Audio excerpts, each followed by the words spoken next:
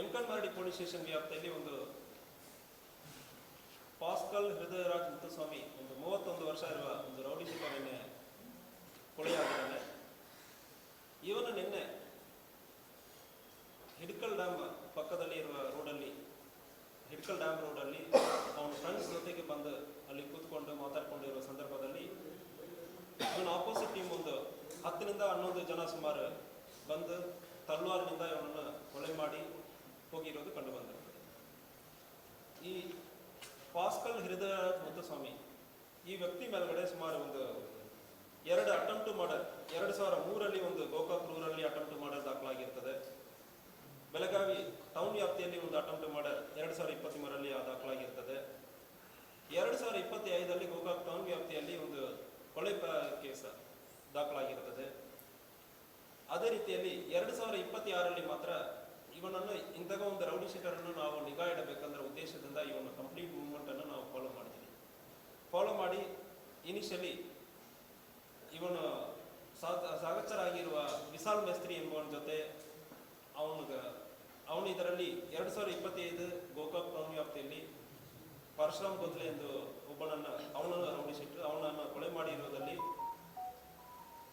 ಇಬ್ಬರು ಆರೋಪಿಗಳು ಪಾಸ್ಕಲ್ ಮುತ್ತುರಾಜ್ ಮತ್ತು ವಿಶಾಲ್ ಮೇಸ್ತ್ರಿಗೆ ಸಹಕಾರಕ್ಕಾಗಿ ಕೋರ್ಟ್ ವ್ಯಾಪ್ತಿಯಲ್ಲಿ ಆರ್ಮ್ಸ್ ಅನ್ನು ತಗೊಂಡು ಬಂದಿರೋದು ನಮ್ಮ ಗಮನಕ್ಕೆ ಬಂದು 2026ರಲ್ಲಿ ಗೋಕಾಕಲ್ಲಿ ಆರ್ಮ್ಸ್ ಆಕ್ಟ್ ಒಂದು ಮಾಡಿದ್ವಿ. ಅದಾದ್ಮೇಲೆ ಸುತ್ತಮುತ್ತ ಜನರನ್ನು ಎದುರಿಸಿರೋದು ಕಂಡು ಬಂದು ಒಂದು ಕೇಸ್ ಮಾಡಿದ್ವಿ. ಅದಾದ್ಮೇಲೆ ಲಾಸ್ಟ್ ಕೇಸಲ್ಲಿ 2025ರಲ್ಲಿ ಒಬ್ಬನನ್ನು ಕರ್ಕೊಂಡು ಬಂದು ಕಿಡ್ನಾಪ್ ಮಾಡ್ಕೊಂಡು ಬಂದು ಹೊಡೆದಿರೋದು ವಿಡಿಯೋ ನಮಗೆ ಗಮನಕ್ಕೆ ಬಂತು. ಕಂಪ್ಲೇಂಟ್ ಕೊಡೋದಕ್ಕೆ ಕಂಪ್ಲೇಂಟನ್ನು ಎದುರಿಸಿರೋದು. ಅದಾದ್ಮೇಲೆ 2025ರಲ್ಲಿ ಆಗಿರೋ ಘಟನೆಗೆ 2026ರಲ್ಲಿ ಒಂದು ಕೇಸನ್ನು ದಾಖಲು ಮಾಡಿದ್ದೀವಿ. ಈ ವ್ಯಕ್ತಿ ಸಂಪೂರ್ಣವಾಗಿ ಒಂದು ರೌಡಿ ಶೀಟರ್ ಆಗಿರ್ತಾನೆ ಮತ್ತು ಇವನನ್ನು ಗಡಿಪಾರು ಕೂಡ ಮಾಡಲಾಗಿದೆ. ಈ ಸಂದರ್ಭದಲ್ಲಿ ಆರ್ಮ್ಸ್ ಆಕ್ಟ್ ಆದ ನಂತರ ಇಲ್ಲಿ ಗೋಕಾಕ್ ಜೈಲಲ್ಲಿ ಹಾಕುವ ಸಂದರ್ಭದಲ್ಲಿ ಕಷ್ಟ ಆಗುತ್ತೆ ಅಂದರೆ ಹೇಳ್ಬಿಟ್ಟು ಬೈಲೊಂಗಲ್ ಜೈಲಕ್ಕೆ ಇವನನ್ನು ಹಾಕಿದ ನಂತರ ಜಸ್ಟ್ ಒಂದು ದಿವಸ ಲೆಸ್ ದನ್ 24 hours ಹಿಂದೆ ಅವನು ಜೈಲಿನಿಂದ ರಿಲೀಸ್ ಆಗಿರ್ತಾನೆ. ಕೊಲೆ ಆಗೋದಕ್ಕೆ 24 ತಾಸಕ್ಕೆ ಹಿಂದೆ ಇವನು ಜೈಲಿನಿಂದ ರಿಲೀಸ್ ಆಗಿರೋದು ಕಂಡು ಬಂದಿದೆ. ಅಲ್ಲಿಂದ ಇವನು ಡ್ಯಾಮ್ಗೆ ಬಂದಿರ್ತಾನೆ. ಈ ವ್ಯಕ್ತಿ ಒಂದು ಗುಂಪಲ್ಲಿ ಸೇರಿಕೊಂಡು ಹಿಂದೆ ಕೊಲೆ ಮಾಡುವುದು ಮತ್ತು ಬೇರೆ ಬೇರೆ ಅಕ್ರಮ ಚಟುವಟಿಕೆಗಳೆಲ್ಲ ಇನ್ವಾಲ್ವ್ ಆಗಿರೋದು ಕಂಡು ಬಂದಿರ್ತದೆ. ಅದೇ ರೀತಿಯಲ್ಲಿ ಇವನು ಬೇರೆ ಬೇರೆ ಜನರ ಜೊತೆ ಮತ್ತು ಗುಂಪು ಜೊತೆ ಇನ್ವಾಲ್ವ್ ಆಗಿರೋದು ಮತ್ತು ಹವಾ ಮಾಡುವುದಕ್ಕೆ ಗೋಕಾಕ್ ಟೌನ್ ವ್ಯಾಪ್ತಿಯಲ್ಲಿ ಗುಂಪು ಸೇರಿಕೊಂಡು ಮಾಡಿರೋದು ಇದೆಲ್ಲ ಕೂಡ ರೆಕಾರ್ಡ್ ಮಾಡಿ ನಾವು ಗಡಿಪಾರು ಕೂಡ ಮಾಡಿದ್ದೀವಿ. ಅದಾದ್ಮೇಲೆ ಕೂಡ ಇಂತಹ ಒಂದು ವ್ಯಕ್ತಿ ಮೇಲ್ಗಡೆ ಕೊಲೆ ಆಗಿದ್ದಾನೆ. ಈ ಕೇಸಲ್ಲಿ ಯಾರ್ಯಾರು ರೌಡಿ ಶೀಟರ್ ಇನ್ವಾಲ್ವ್ ಆಗಿದ್ದಾರೋ ಇವರ ಮೇಲ್ಗಡೆ ಕಟ್ಟುನಿಟ್ಟಾಗಿ ಯಾರ್ಯಾರು ಈ ಕೊಲೆಯಲ್ಲಿ ಇನ್ವಾಲ್ವ್ ಆಗಿದ್ದಾರೋ ಸಂಪೂರ್ಣ ಕಟ್ಟುನಿಟ್ಟಾಗಿ ತನಿಖೆಯನ್ನು ನಾವು ಮಾಡ್ತಾ ಇದ್ದೀವಿ. ಈ ಕೇಸ್ ಒಂದು ಗೋಕಾಕಲ್ಲಿ ಶಾಂತಿ ಉಂಟಾಗೋದಕ್ಕೆ ಈ ಕೇಸ್ ಲಾಸ್ಟ್ ಕೇಸ್ ಆಗಿರ್ತದೆ. ಈ ಮರ್ಡರ್ ಕೇಸ್ ಆದಮೇಲೆ ಇದಕ್ಕೆ ಮುಂಚೆ ಇಂಥ ರೌಡಿ ಚಟುವಟಿಕೆ ಯಾವುದೇ ಕಾರಣಕ್ಕಾಗೋದಕ್ಕೆ ಬಿಡೋದಿಲ್ಲ. ಯಾರು ಮಾಡ್ತಾರಂದ್ರೆ ಅದಕ್ಕೆ ಅವಕಾಶ ಇರೋದಿಲ್ಲ. ಈಗಲೇ ಎಲ್ಲರನ್ನೂ ಕೂಡ ಜೈಲಿಗೆ ಕಳಿಸ್ತೀವಿ. ಇದರಲ್ಲಿ ಯಾರ್ಯಾರು ಇನ್ವಾಲ್ವ್ ಆಗಿದ್ದಾರೋ ಅಷ್ಟು ಜನರನ್ನು ಗಡಿಪಾರು ಆಗಿದೆ. ಇದರಲ್ಲಿ ಇದು ಒಂದು ಗ್ಯಾಂಗಲ್ಲಿ ಭಾಳಷ್ಟು ಜನರನ್ನು ನಾವು ಗಡಿಪಾರು ಮಾಡಿದ್ದೀವಿ. ಕೆಲವೊಬ್ಬರು ಕೋರ್ಟ್ ಆದೇಶ ಮತ್ತು ಕೋರ್ಟಲ್ಲಿ ರಿವಿಷನ್ ಮಾಡಿದ್ರೆ ಹೇಳ್ಬಿಟ್ಟು ಸ್ಟೇ ಮಾಡಿಕೊಂಡು ಬಂದರು. ಈ ಕೇಸಲ್ಲಿ ಈ ಪಾಸ್ಕಲ್ ಹೃದಯರಾಜ್ ಸಿಕ್ಕಾಪಟ್ಟ ಹೊಡೆದಿರೋದು ಒಂದು ವಿಡಿಯೋನೂ ಕೂಡ ಇದೆ. ಆ ವಿಡಿಯೋ ಆಧಾರದಲ್ಲಿ ಇಟ್ಕೊಂಡು ನಾವು ಕೋರ್ಟಲ್ಲಿ ಇವನನ್ನು ಪ್ರೊಡ್ಯೂಸ್ ಮಾಡಿ ಇವನು ಇಂತಹ ಒಂದು ಆಲ್ರೆಡಿ ಕೊಲೆ ಕೇಸಲ್ಲಿ ಇನ್ವಾಲ್ವ್ ಆಗಿದ್ದಾನೆ ಮತ್ತು ಈಗ ಇಂಥ ರೀತಿಯಲ್ಲಿ ಕಿಡ್ನಾಪ್ ಮಾಡಿಕೊಂಡು ಹೊಡಿತಾ ಇದ್ದಾನೆ ಹೇಳಿಬಿಟ್ಟು ನಾವು ಕೋರ್ಟಲ್ಲಿ ಪ್ರೊಡ್ಯೂಸ್ ಮಾಡಿದ್ವಿ. ಬಟ್ ಅವನಿಗೆ ಬೈಲ್ ವಿತಿನ್ ಒಂದು not more than 60 to 90 days murder ಆಗೋದಕ್ಕೆ ಒಂದೇ ದಿವಸ 24 hours ಬಿಫೋರ್ ಅವನಿಗೆ ಬೈಲಿಂದ ಬಂದಿಲ್ಲ.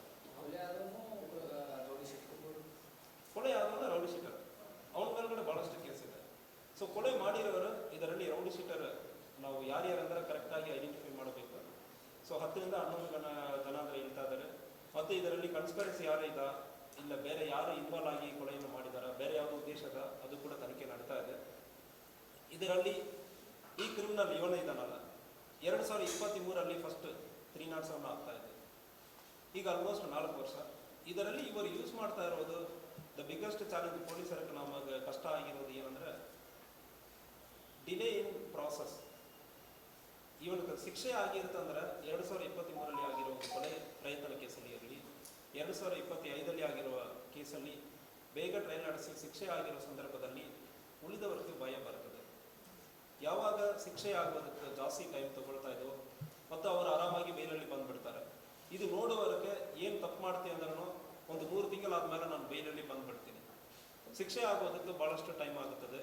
ಆ ಟೈಮಲ್ಲಿ ಇವರು ವಿಟ್ನೆಸ್ಸನ್ನು ಕಾಂಪ್ರಮೈಸ್ ಮಾಡೋದಕ್ಕೋ ಮತ್ತು ಸಾಕ್ಷಿದಾರನ್ನು ಎದುರಿಸೋದಕ್ಕೋ ಮತ್ತು ಕೆಲವೊಂದು ಮೃತಪಟ್ಟಿರ್ತಾರೆ, ಇನ್ಕ್ಲೂಡಿಂಗ್ ಪೊಲೀಸ್ ಆಫೀಸರ್ಸ್. ಕೇಸ್ ಒಂದು 5 ವರ್ಷ 6 ವರ್ಷ ಆದಮೇಲೆ ಬರೋ ಸಂದರ್ಭದಲ್ಲಿ ಅವಾಗ ಏನಾಗಿದೆ ಅಂದರೆ ನೆನಪಿರೋದಿಲ್ಲ.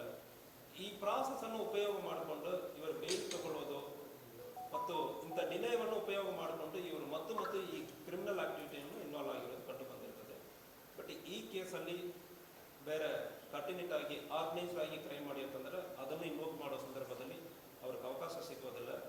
ಸೊ ಈ ಡಿಲೇವನ್ನು ಉಪಯೋಗ ಮಾಡ್ತಾ ಇರೋದು ಈ ಕೇಸಕ್ಕೆ ಮತ್ತೊಂದು ಮರಣ ಆಗಿರೋದಕ್ಕೆ ಕಾರಣವಾಗಿದೆ. ವಿಚಾರಣೆ ನಡೀತಾ ಇದೆ. ಆರೋಪಿಯಲ್ಲಿ ಕೆಲವೊಂದು ಯಾರ್ಯಾರು ಸಸ್ಪೆಕ್ಟ್ ಅಂದರೆ ಇದ್ದಾರೋ ಇವರ ಜೊತೆಗೆ ಒಂದು 3 ಜನ ಇವರ ಫ್ರೆಂಡ್ಸ್ ಕೂಡ ಅಲ್ಲಿ ಜೊತೆಗೆ ಇರೋರು ಅವರು ಕೆಲವೊಂದು ಹೆಸರನ್ನು ಹೇಳಿದ್ದಾರೆ. ಅದನ್ನು ವೆರಿಫೈ ಮಾಡ್ತಾ ಇದ್ದೀವಿ. ಈ ಕೇಸಲ್ಲಿ ತನಿಖೆಯನ್ನು ಕೂಡ ಸರಿಯಾಗಿ ಮಾಡೋ ಸಂದರ್ಭದಲ್ಲಿ ಶಿಕ್ಷೆ ಆಗುತ್ತದೆ. ಸೊ ತನಿಖೆಯನ್ನು ಯಾವುದೇ ಕಾರಣಕ್ಕೂ ಅವ್ರು ಹೇಳೋ ಹೆಸರೆಲ್ಲ ಮಾಡೋದಕ್ಕಾಗಲ್ಲ. ಸರಿಯಾಗಿ ವಿಚಾರಣೆ ಮಾಡಿ ಯಾರ್ಯಾರು ಬಂದಿದ್ದಾರೆ, ಉದ್ದೇಶದಿಂದ ಯಾರು ಹೆಸರು ಇರ್ತಾರೆ, ಇದೆಲ್ಲ ನಾವು ವಿಚಾರಣೆ ಮಾಡಬೇಕಾಗುತ್ತೆ. ಇವರ ಜೊತೆಗೆ ಇರೋರ ಮೇಲ್ಗಡೆ ಕೂಡ ಸೊ ಎಸ್ ಇವರದ್ದು ಇನ್ನೊಂದು ಟೀಮ್ ಇದೆ. ಇನ್ನೊಂದು ಟೀಮ್ ಇವರ ಅಸಾಲ್ಟ್ ಹೆಸರಿಂದ ಒಂದು ಮರ್ಡರ್ ಕೇಸ್ ಇದ್ದಾನೆ. ಅವನೀಗ ಊರು ಬಿಟ್ಟು ತಪ್ಪಿಸ್ಕೊಂಡು ಹೋಗಿದ್ದಾನೆ. ಸೊ ಅವನ ಮೇಲ್ಗಡೆ ಮತ್ತೆ ಕೇಸ್ ಆಗಿರೋದ್ರಿಂದ ಅವನೀಗ ಊರಲ್ಲಿ ಇಲ್ಲ.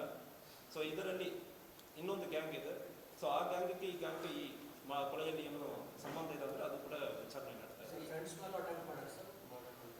ಇಲ್ಲ, ಇವನು ಒಬ್ಬನ ಮೇಲೆ ಮಾತ್ರ ಅಟೆಂಪ್ಟ್ ಆಗಿದೆ ಸರ್. ಪ್ಲಾನ್ ಈ ಥರ ಸೊ ಅದೆಲ್ಲ ತನಿಖೆ ಆದ್ಮೇಲೆ ನಮಗೆ ಹೇಳಕ್ಕೆ ಬರ್ತದೆ. ಸೋಷಿಯಲ್ ಮೀಡಿಯಾದಾಗ ಹವಾ ಕ್ರಿಯೇಟ್ ಮಾಡಕ್ಕೆ ಅದನ್ನೆಲ್ಲ ಮಾಡ್ತಾರೆ ಪೊಲೀಸ್ ಯಾವ ರೀತಿ ಸೊ ನಮಗೆ ಬಿಗ್ಗೆಸ್ಟ್ ಚಾಲೆಂಜ್ ಈಗ ಈ ಪ್ರಾಸೆಸ್ಸಲ್ಲಿ ನಾವು ಸ್ಟೇ ಅಂದರೆ ಇರೋದಲ್ಲಿ ನಮಗೆ ಬಿಗ್ಗೆಸ್ಟ್ ಚಾಲೆಂಜ್ ಇದೆ. ಈಗ ನಾವು ಗಡಿಪಾರು ಮಾಡಿರ್ತೀವಿ, ಒಂದು ಪಾಸ್ ಮಾಡ್ತಾರಂದ್ರೆ ನಮ್ಮಲ್ಲಿ ಪ್ರೊಸೀಜರಲ್ ಆಪ್ಸಸ್ ಇದೆ. ಪಾಸ್ ಮಾಡ್ತಾರಂದ್ರೆ ನಾವು ಪ್ರೊಸೀಜರನ್ನು ಸರಿಪಡಿಸಬಾರ್ದು. ಬಟ್ ಎಲ್ಲರಿಗೂ ಸ್ಟೇ ಕೊಡೋ ಸಂದರ್ಭದಲ್ಲಿ ಅದು ನಿಜವಾಗಿಯೂ ಪೊಲೀಸರಿಗೆ ಒಂದು ಕೆಲಸ ಮಾಡೋದಕ್ಕೆ ಕಷ್ಟ ಆಗ್ತಾ ಇದೆ, ಇಂಥ ಸ್ಟೇ ಕೊಡೋದು ಪರ್ಟಿಕ್ಯುಲರ್ಲಿ. ಸೊ ಅದು ನಿಜವಾಗ್ಲೂ ಆಗಿರುವ ಚಾಲೆಂಜ್. ಸ್ಟೇ ಕೊಟ್ಟು ಅದು ನೆಕ್ಸ್ಟ್ ಹಿಯರಿಂಗ್ ಬೇಗ ಆಗೋ ಸಂದರ್ಭದಲ್ಲಿ ಒಂದು ಇಂದಾಗ ತಪ್ಪು ಮಾಡುವವರನ್ನು ನಾವು ಕಂಟ್ರೋಲ್ ಮಾಡೋದಕ್ಕೆ ಗಡಿಪಾರು ಒಂದು ಒಳ್ಳೆಯ ಅವಕಾಶ ಇತ್ತು. ನಾವು ಭಾಳಷ್ಟು ಮಾಡಿದ್ವಿ, ಬಟ್ ಅದರಲ್ಲಿ ಸ್ಟೇ ಸಿಗೋದು ನಮಗೆ ಚಾಲೆಂಜ್ ಆಗಿದೆ. ಸೊ ಗಡಿಪಾರಲ್ಲಿ ಒಂದು 29 ಜನ ಗಡಿಪಾರು ಮಾಡಿದ್ವಿ. ಅದರಲ್ಲಿ ಆಲ್ಮೋಸ್ಟ್ ಒಂದು 10 ಜನರಿಗೆ ಸ್ಟೇ ಸಿಕ್ಕಿದೆ. ಸರಿ, ಜೈಲಿಂದ ಬಿಡುಗಡೆಗೆ ಮುಂಚೆನೇ ಗೊತ್ತಿತ್ತಾ ಇವರಿಗೆ ಪ್ಲಾನ್ ಯಾವ ಥರ ಮಾಡಿದ್ರು ಸರ್? ಸೊ ಅದು ಏನು ಪ್ಲಾನ್ ಮಾಡಿದಾರ, ಯಾವ ರೀತಿಯಲ್ಲಿ ಅಂದರೆ ಅದು ನಾವು ನೋಡಬೇಕು. ಯಾರ್ಯಾರು ಇದರಲ್ಲಿ ಇನ್ವಾಲ್ವ್ ಆಗಿದ್ದಾರೆ, ಅವ್ರ ಜೊತೆಗೆ ಇನ್ವಾಲ್ವ್ ಆಗಿದ್ದಾರಾ, ಇಲ್ಲ ಇವರು ಮೂವ್ಮೆಂಟ್ ಮಾನಿಟರ್ ಮಾಡಿದಾರ. ಲೆಸ್ ದೆನ್ 24 ಅವರ್ಸ್ ಇವನನ್ನು ಕಂಟಿನ್ಯೂಸ್ ಆಗಿ ನಾವು ಮಾನಿಟ್ರಲ್ಲಿ ಇಟ್ಟಿದ್ವಿ. ಈ ವರ್ಷ ಮಾತ್ರ ಏನು ಮೇಲ್ಗಡೆ 3 ಕೇಸ್ ಹಾಕಿದ್ವಿ. ಈ ವ್ಯಕ್ತಿ ಒಳ್ಳೆಯ ವ್ಯಕ್ತಿ ಅಲ್ಲ. ಆಲ್ರೆಡಿ ಆರ್ಮ್ಸ್ ಆ್ಯಕ್ಟಲ್ಲಿ ಮಚ್ಚೆ ತೊಗೊಂಡು ಹೋಗೋದು ಮತ್ತು ಸೋಷಿಯಲ್ ಮೀಡಿಯಾನಲ್ಲಿ ಹವಾ ಮಾಡೋದು, ಮಾಯಾ ಬಾಯ್ಸ್ ಅಂದ್ರೆ ಇದೆಲ್ಲ ಇತ್ತು.